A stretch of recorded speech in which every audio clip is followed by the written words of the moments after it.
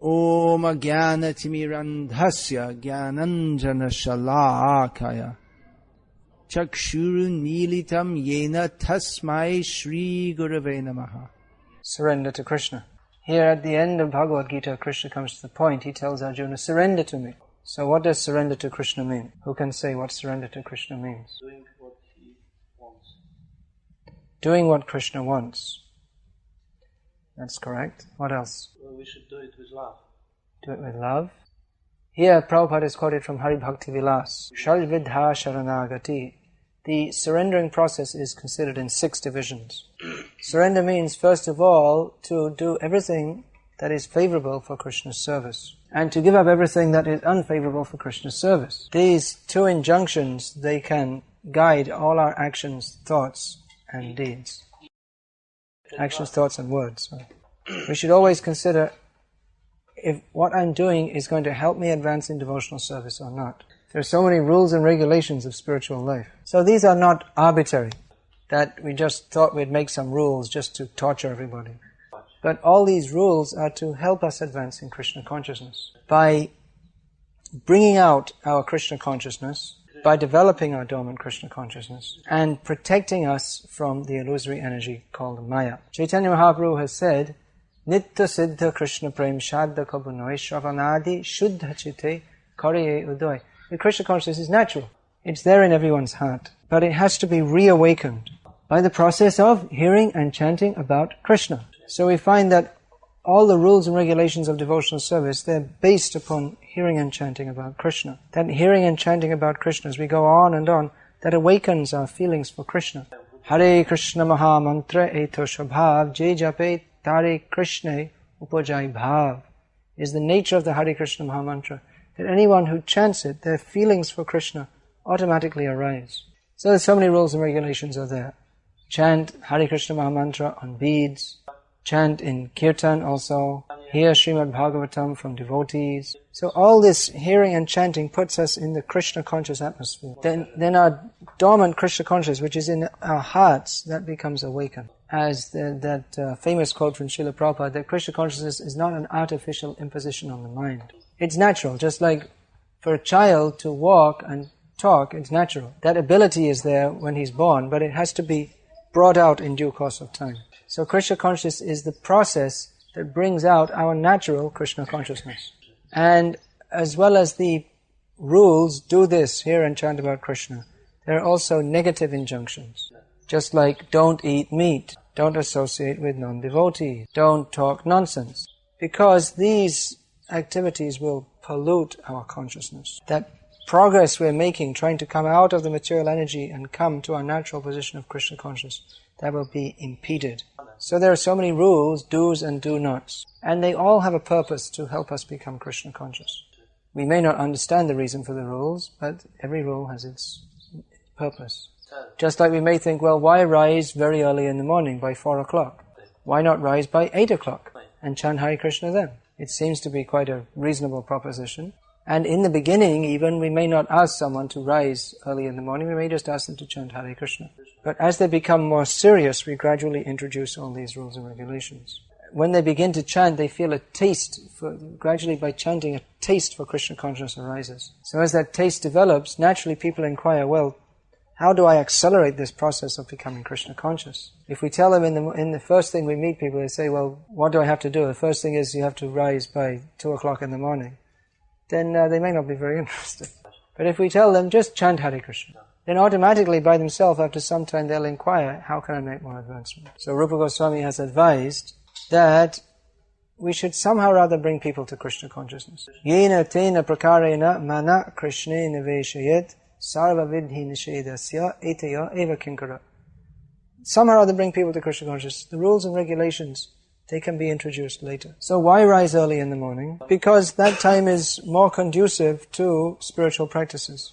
The atmosphere then, at that time, is more, very strongly in the mode of goodness. So it becomes much easier to chant clearly, to concentrate our mind on the chanting. And there are physical reasons also. It's actually not very healthy to sleep after sunrise. It upsets this subtle psychic substance of the body. subtle psychic setup of the body. So all these rules, just like we have to take bath regularly. So you may think, why? That's all. There are so many reasons. It's for hygienic reasons. It also helps to keep the consciousness very fresh if we regularly take shower. So all these rules and regulations have a reason. And the underlying reason for all of them is to help us advance in Krishna consciousness. So a devotee who's interested in surrendering to Krishna does everything favorable for becoming Krishna conscious and rejects everything unfavorable. That is his basic attitude. Sometimes it requires some intelligence to understand exactly what to do.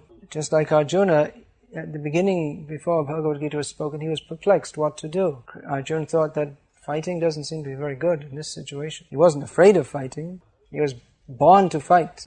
He had engaged in so many fights. He was famous as a great warrior. He was a fighter for the cause of dharma, fighting to uphold the principles of religion. But on this occasion, he thought that fighting was not very good, because so many of his family members and respected elders would be certain to be killed. So Krishna explained to him that actually, yes, you should fight. So in this situation, for Arjuna to fight, that would be his surrender to Krishna. As Krishna explains here in the Bhagavad-gita, that every endeavor is covered with some kind of fault. Whatever you do, there's always some kind of reaction that may not be very favorable. So we have to see, what does Krishna want? Sometimes it can be quite complex to understand. Therefore, we have the spiritual master as the representative of Krishna to explain to us exactly what to do. So, anukulyasya sankalpa. Sankalpa means firm vow, fixed decision, that whatever is favorable for my advancement in Krishna consciousness, I must do. And pratikulyasya varjanam, that which is going to impede my advancement, give it up. Then, what is the faith of the devotee in Krishna? What is his attitude in devotional service? Following the rules and regulations is very nice, but how do we actually consider Krishna? We're surrendering to Krishna, not simply to a set of rules and regulations. So, how do we perceive Krishna? Krishna is a person. What is our relationship with him? That he is the master, we are the servant. This is the meaning of surrender, to accept Krishna, Krishnatmanath, to accept Krishna as the Lord of our lives. The next it is said, Rakshishyatiti Vishvaso, to have firm faith that Krishna will protect me. If I sincerely endeavor to serve Krishna according to the system given by the acharyas, then surely Krishna will protect me. Krishna will help me. Krishna will look after me. That is the attitude of a devotee. That let me try to serve Krishna to the best of my ability. And surely Krishna will help me. Surely Krishna will protect me. That Chaitanya Mahaprabhu was singing, Krishna, Krishna, Krishna, Krishna, Krishna, Krishna, Raksha Ma. Krishna, Krishna, Krishna, Krishna, Krishna, Krishna, Pahima. My Lord Krishna, please protect me. And please maintain me. That is in the next line, Guptritve Varanang Tata. Accepting that Krishna is maintaining me. I don't have to go to anyone else. Krishna says, Mam ekam sharanam vraja. Surrender to me only, not to any demigod. Firm faith that Krishna alone will protect me. So this also, in the system of devotional service, we should have faith that whatever has been given to us by our acharyas, that in itself is complete and perfect for advancement in Krishna consciousness. Just like we know, we only have to serve Krishna. We're not going to any demigod or this or that. So the same idea, we simply follow what Prabhupada has given us. Prabhupada is the representative of Krishna, who is the founder acharya of the golden age of Krishna consciousness in this Kali Yuga. So whatever he's given us is complete and perfect for making advancement in Krishna consciousness. Krishna has empowered him to teach us what we need to know about Krishna. So he has given us all instructions in the philosophy and practice of Krishna consciousness. So we don't need to go to any external source. We don't need to consult dozens of kami books about how to organize our temples and organize our lives, because Prabhupada has told us everything. Of course, in management matters, we may have to consult some books of law or accounts according to the government system. But we don't need to introduce all so-called sophisticated ideas of corporate management. This is our disease. We want to make everything very complex. Temple of Krishna Consciousness means we all live together, chant Hare Krishna, dance and be happy. And we engage in various services to satisfy Krishna. We don't need very complex management structures. We don't want such things. This is simply causing headaches. Materialistic people become very fascinated by drawing charts with all lines going here and there and somewhere else. I came to a temple recently and I asked where the devotees were, and I was told there was a meeting of department heads, chef of department. There are only 6 devotees in the temple. So this is ridiculous. Krishna consciousness is very simple. Krishna is the Supreme Lord. We simply depend on Him. Prabhupada is His most exalted pure devotee, and we depend on Him also. And we chant Hare Krishna, and we're happy, because that's what Prabhupada said to do. Chant Hare Krishna and be happy, not chant Hare Krishna and be unhappy. That's not allowed. So better not to fill up our heads with so many complex things. We have the idea to fill up our heads with so many things. Fill it up with philosophy, Bhagavad-gita.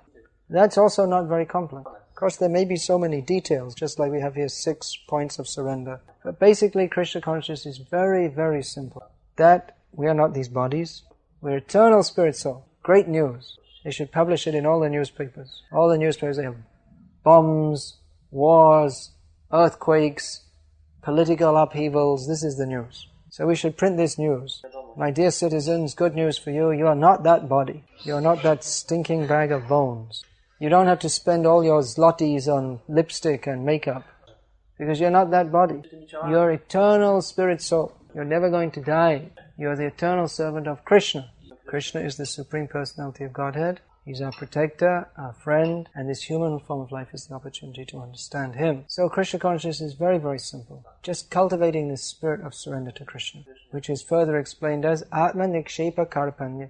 Atma Nikshepa means to dedicate ourselves with body, mind and words in the service of Krishna. And Karpanya means this humility, maintaining the mood of humility.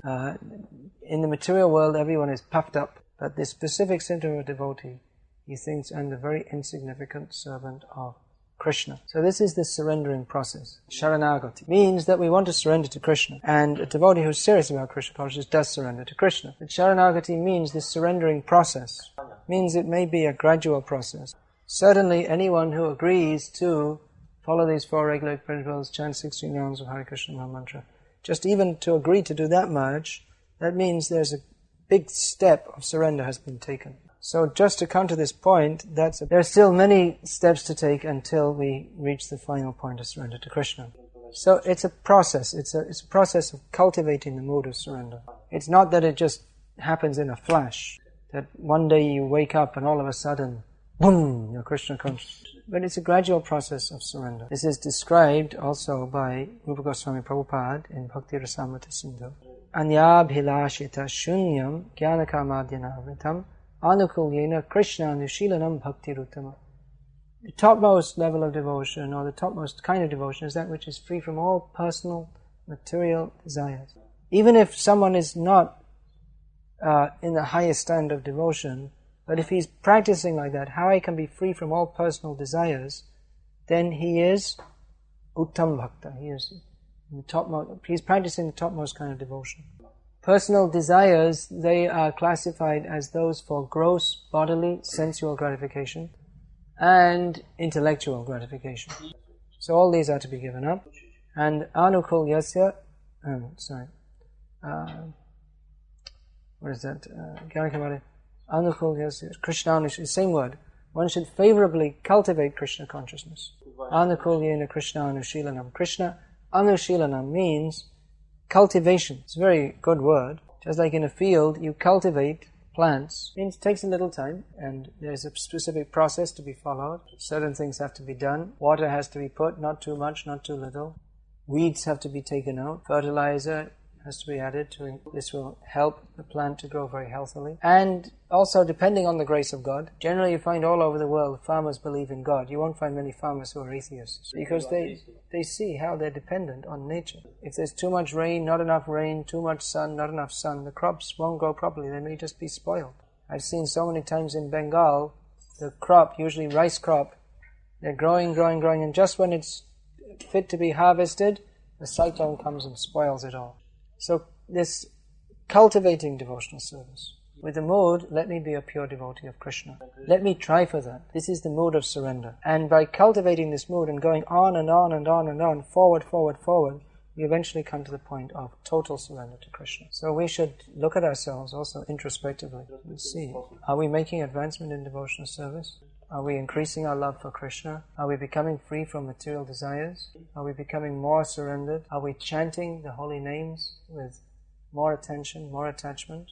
Are we becoming free from desires for false prestige? Are we becoming free from false ego? In this way, we should examine constantly. It's like another example we can give is just like driving a car, that we have to constantly adjust the steering wheel as we're going forward, so that we're going on the right course. Otherwise, the tendency is to go off course. So we want to keep on course, back home, back to Godhead. So we hope to see everyone very soon back to Godhead. Don't get left behind. Many times you see devotees, they get on the bus going back to Godhead, but they get off at the wrong stop. Looks like there's something to enjoy here. Well, this bus is a little crowded. Maybe I'll get off and get on another one. Stay. Don't go away. Prabhupada said that if you just stay in this movement, chant 16 rounds a day without fail, follow the 4 regulated principles, you will surely go back home, back to God. So let's do it. Chant 16 rounds of the Hare Krishna Maha Mantra. That means chanting, not simply making some kind of sound, but chanting the names of Krishna, praying to Krishna. What is the mood of chanting? Ainanda tanuja kinkarang patitang mang vishame bhavam buddho kripaya tava pada pankaj sthita dhuli sadrashin vichintaya.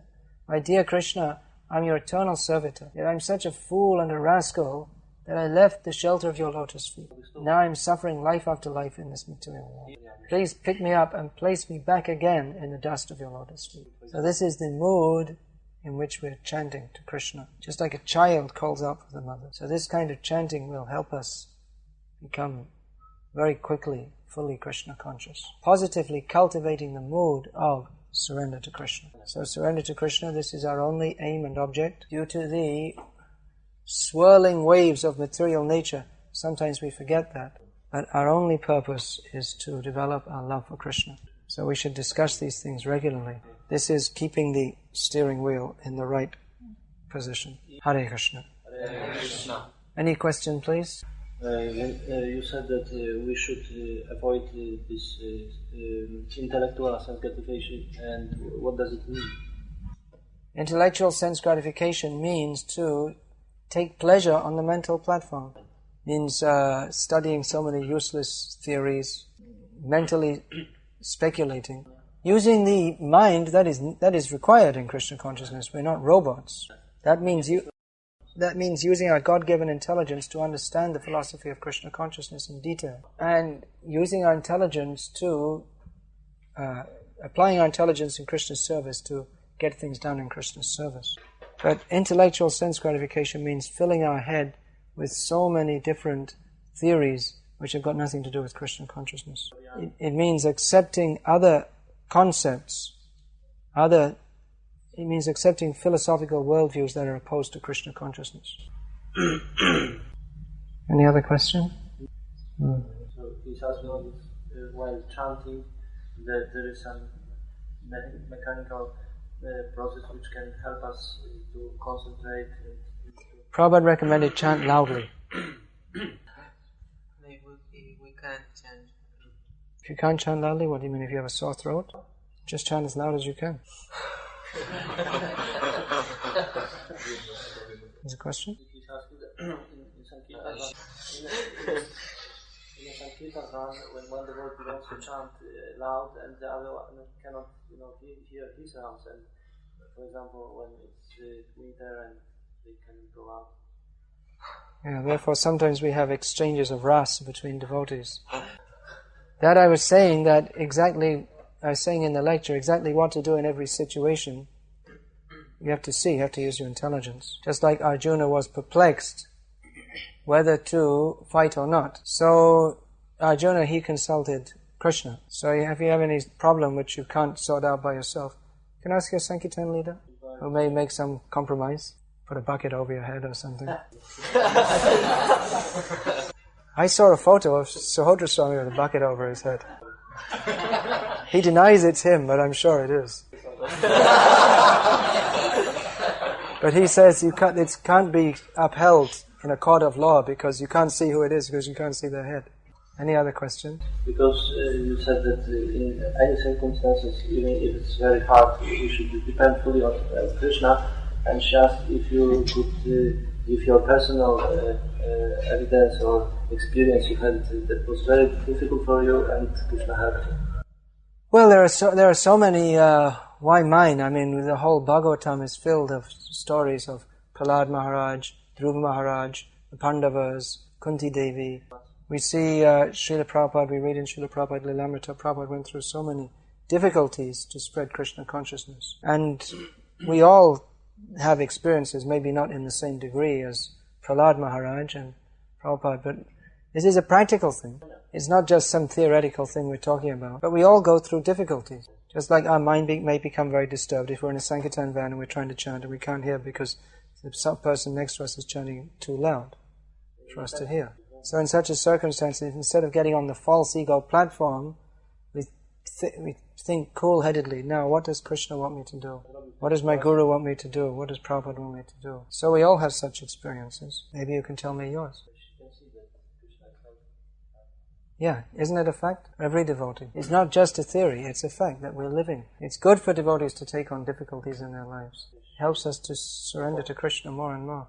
If we keep our devotional practices strong, if we chant regularly, study Prabhupada's books regularly, hear the classes regularly, associate with devotees, then when difficulties come, we'll be able to see Krishna in those difficulties and turn to Krishna for help.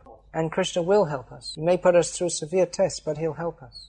And this helps us to advance more and more in Krishna consciousness as our faith becomes stronger and stronger. But if we're not strong in our practices of Krishna consciousness, then when difficulties come, we simply become overwhelmed by Maya.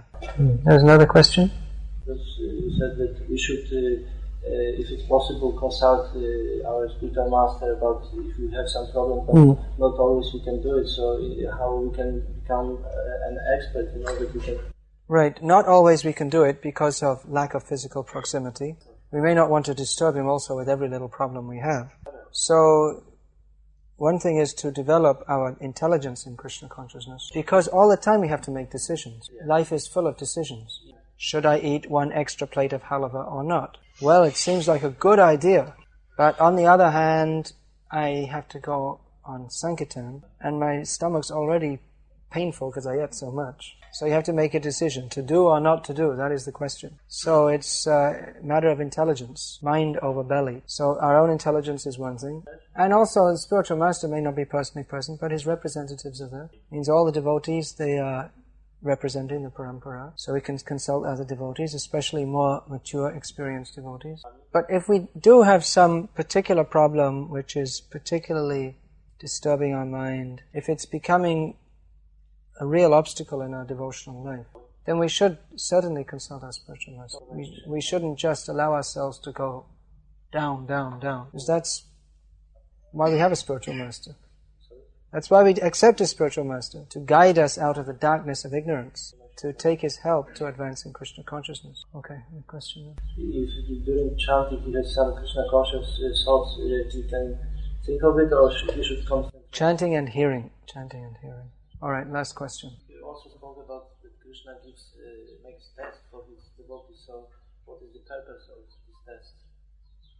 Well, that I also explained, that when there are difficulties and we face them in the proper way, then we become stronger. Just like a wrestler, he practices fighting to become strong. Without practicing fighting all the time, then he'll become weak and unfit. So the test is at the time of death.